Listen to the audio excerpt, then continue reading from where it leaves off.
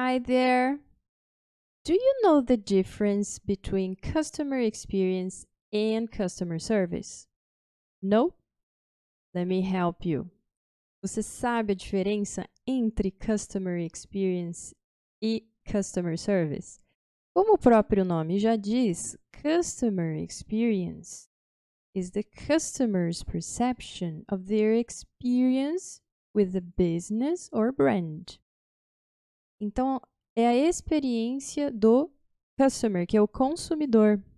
Eu gostaria de chamar de cliente, mas ele é o consumidor, porque em português tem uma diferençazinha entre consumidor e cliente. O cliente ele tem uma maior fidelidade, né? E em inglês também tem essa diferença entre customer e client. Normalmente, o client é aquele que utiliza um serviço e o customer é mais o consumidor. Mas existem muitos casos em que a gente pode usar tanto um quanto o outro que não tem muitos problemas. Aliás, os próprios nativos, eles confundem essas duas palavras também, muitas vezes. Assim como nós, às vezes a gente fala um, às vezes a gente fala outro, tá? Então, Customer Experience é a percepção do consumidor, Customer's Perception. Lembra desse apóstrofe S aqui?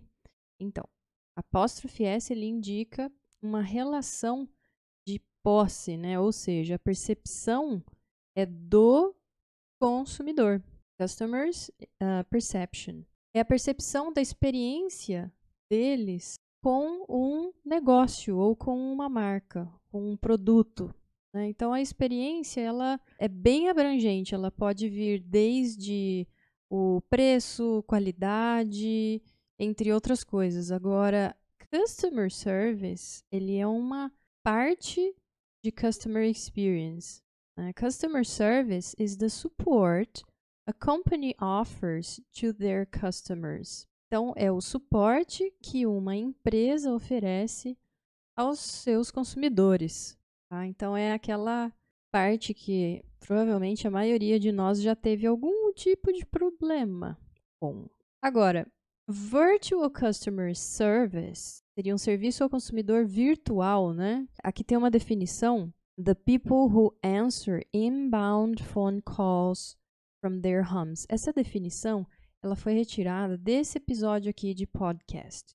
O nome dele é Call Center Call Out. É um episódio aí que foi lançado recentemente, né, outubro de 2020, que é da NPR, National Public Radio, e eles falam sobre essa definição aqui. Inclusive a definição, eu não me lembro agora se é da jornalista que está entrevistando uma pessoa ou se é a definição da pessoa mesmo, né? Eu não estou lembrando exatamente agora, mas é a definição que o podcast dá, né? The people who answer inbound phone calls from their homes. Tá. São as pessoas que recebem esse tipo de ligação aqui, inbound phone calls, de suas casas. E aí eu coloquei aqui para vocês a diferença. Again, what's the difference between inbound calls and outbound calls? Qual que é a diferença entre essas chamadas inbound e outbound? Então, olha lá.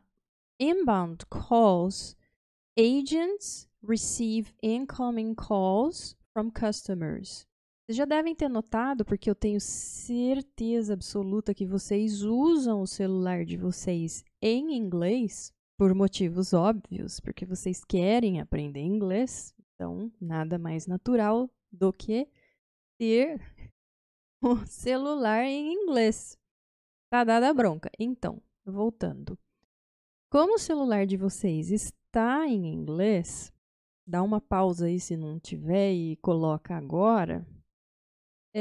Vocês provavelmente já viram na tela do celular de vocês, quando vocês recebem uma ligação, esse incoming call aqui, né? Que é uma chamada que você está recebendo. Uma chamada de entrada, não sei como traduzir isso, mas é a chamada que você recebe, né? Então, esses inbound calls são quando os agentes, eles receive incoming calls from customers. Eles recebem as chamadas dos consumidores. E o oposto aqui, outbound calls. Quando os agentes, né, agents make calls with focus on sales. Então, os agentes, eles fazem as chamadas com foco na venda. Legal que a gente já viu aí a aula sobre vendas, né? Então, tem bastante ligação esse episódio de podcast com a parte lá de vendas, tá? Então, essa é a diferença. That's the difference between inbound calls and outbound calls. And Arise é o nome de uma empresa que dá treinamento para o pessoal. É uma... Ixi, esqueci, acho que é Flórida, a localização dela. Mas, enfim, é uma empresa norte-americana e ela dá treinamento para o pessoal que quer trabalhar como esses agentes aí em casa. Tá? Então, Arise's pitch to companies is... Esse pitch aqui, a gente viu lá na nossa primeira aula, que a gente falou sobre entrepreneurship. E eles fazem o pitch, que é quando você tenta convince someone or a group of people, você tenta convencer uma pessoa ou um grupo de pessoas de que a sua ideia ali, ela vale, de que ela é boa. No caso dos entrepreneurs, né, os entrepreneurs é fácil falar, empreendedor não, né? Os empreendedores, eles fazem esse pitch para tentar convencer os investidores a fornecer o seed money, né, o dinheiro semente lá para a empresa deles. Só que essa palavra pitch, ela é usada em qualquer outro momento que você está tentando persuade, né, persuadir ou convencer alguém da sua ideia. Então, essa empresa que eles estão falando o seguinte, que a empresa Arise's pitch, aqui esse apóstrofe S é igual o lá de cima, que é o pitch da Arise, para as empresas. A conversa, vamos chamar aqui, vou fazer essa tradução de conversa, mas vocês já entenderam o que é pitch? A conversa deles para as empresas é: Hey, we can save you money on your customer service without having to outsource to places like India or the Philippines. Hey, nós conseguimos te salvar dinheiro, guardar, né? Economizar. Boas. Economizar dinheiro com o seu on your customer service, com o seu serviço ao consumidor, without having to outsource, sem ter que terceirizar. Outsource, mas eu vou falar do outsource de novo aqui, a definição em inglês. Sem ter que terceirizar para lugares como a Índia ou Filipinas, né? Porque a mão de obra é mais barata nesses lugares. Então, eles querem convencer as empresas norte-americanas que sim, eles podem utilizar a mão de obra americana e, mesmo assim, ser barato, né? Quem sabe até menos do que terceirizar para a Índia e Filipinas. E aí eu coloquei aqui, outsource to obtain goods or a service from an outside or foreign supplier. Então, obter bens ou produtos ou serviço, né, de fora, outside, de alguém de fora, né, ou um estrangeiro. Foreign supplier seria um fornecedor estrangeiro. Aqui eu fiz uma pausa para pensar, porque an outside or foreign supplier. O outside e o foreign aqui, eles estão atuando como uma característica do fornecedor, de supplier, tá? Então, que tipo de fornecedor que é? Um fornecedor de fora ou estrangeiro, tá? Agora aqui, olha só o que eu coloquei. Trecho, exatamente trecho desse podcast, porque depois eu queria pedir para vocês, por favor, ouvirem. Eu queria lançar esse desafio aí para vocês ouvirem o podcast, para que vocês tentem identificar tudo isso que eu estou falando aqui nessa aula. E aí vocês me contam se vocês realmente conseguiram identificar, o quanto que vocês conseguiram identificar, se foi 20, 30, 40, 50 ou 100% das palavras que a gente está falando aqui. Essa é a ideia dessas aulas. A ideia principal por isso que eu estou falando aqui em português, para ajudar, para explicar para vocês o que está acontecendo no episódio, porque o episódio é pauleira. Não é um material, não é um áudio voltado para quem está estudando inglês, não tem nenhuma facilidade. É o inglês falado por nativos em um programa de rádio.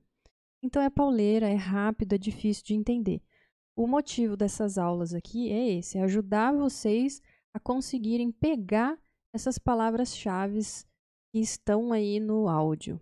E esse é um excelente começo. Quando você ouve, mesmo sem ainda dominar muito o idioma, vocês ouvem para tentar identificar aquelas palavras.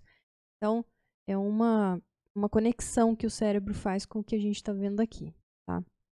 Então, essa frase eu tirei exatamente dali. Aliás, essa aula eu fiz questão de tirar muita coisa do episódio para vocês ouvirem e conseguirem identificar, tá? I'm going to have to pay for this training $295, 4 hours a night, every night of the work week plus homework. Então, é uma pessoa que fez o treinamento dessa empresa aí, dessa Arise, e ela está contando a péssima experiência que ela teve, né? Então, I'm going to have to pay for this training, eu vou ter que pagar por esse treinamento $295, 4 horas por noite, toda noite da semana, né? Work week seria os dias úteis, plus homework, mais as tarefas de casa. She was going to need equipment, a phone headset, second phone line, and a special computer. She had to absorb all these costs. Então ela ia precisar, ela ia precisar de equipamento, phone headset, né, um fone de ouvido, second phone line, uma segunda linha telefônica e um computador especial. E ela teve que absorver todos estes custos, além dos $295, tá? Do treinamento. After 3 months of training, she was going to have to take a reading test and practice customer service calls, a final exam to become an agent, and then she failed the exam. They don't tell you anything. They just say pass or fail. Então, depois de 3 meses de treinamento, ela ia ter que fazer um teste escrito e prática, né, de chamada de serviço ao consumidor. Um exame final, to become an agent, para se tornar uma agente, né? And then she failed the exam. E daí ela reprovou nesse exame. Eles não te dizem nada, eles apenas dizem passa ou reprova. Passou ou reprovou, né? E aí, o que ela diz? Continuando aí a história, ela diz que ia tentar de novo, ou seja, ela ia ter que pagar tudo de novo, os 295 para o treinamento, para ver se ela passava na prova de novo, para conseguir a vaga de emprego dessa Arise, né, que são terceirizados, tá? Gente, é isso. Muito obrigada por vocês verem e, por favor, ouçam o episódio de podcast, porque esse é o principal objetivo da aula, é ajudar vocês a assistirem, ajudar vocês a ouvirem e tentar entender principalmente essas palavras-chave, além das palavras que vocês já conhecem da língua, e dependendo do nível que cada um tá aí, são palavras mais básicas, mais intermediárias, de repente mais avançadas, e principalmente esse vocabulário que eu passei aqui para vocês. Belezinha? Depois vocês me contam. Um beijo. See ya. Bye.